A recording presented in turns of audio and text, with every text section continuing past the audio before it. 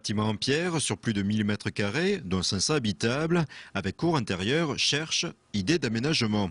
La dernière audience du tribunal de Bar-sur-Seine s'est déroulée la semaine dernière. Début janvier, dans le cadre de la nouvelle carte judiciaire, les 3 fonctionnaires du greffe vont quitter le tribunal. Le maire, propriétaire des locaux, a lancé une boîte à idées sur le site de la commune afin de trouver une nouvelle vie pour ces locaux très typés. Pour l'instant, c'est un problème. Pour l'instant, c'est un problème. C'est un problème de destination de ce bâtiment, dont on ne peut pas changer véritablement la destination comme ça. Alors, les idées qu'on a reçues pour l'instant tournent autour de l'occupation de ce bâtiment, par exemple par un centre de loisirs, par exemple par l'école de musique, pour éventuellement y mettre les archives municipales. Pour l'instant, ça reste vraiment un problème.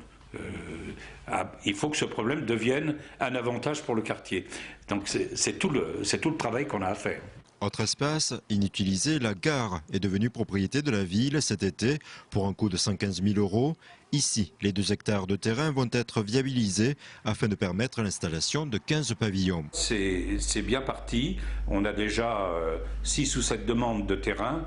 Donc ça veut dire qu'en 2010, on devrait voir sortir les premières maisons dans cette zone-là. Les habitants qui vont venir dans ces maisons sont des habitants qui vont probablement travailler à l'extérieur de Bar-sur-Seine.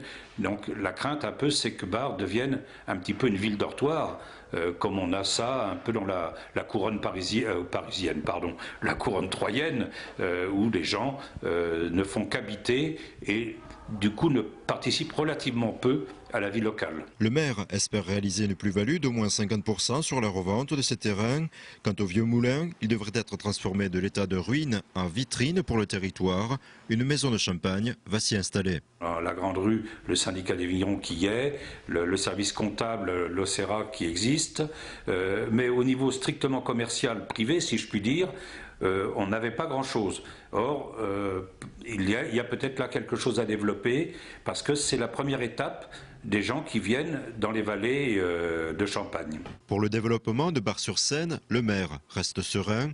Même si aucune date n'est arrêtée, il attend d'ici peu l'installation de la Maison des Vignes de Champagne dans sa commune.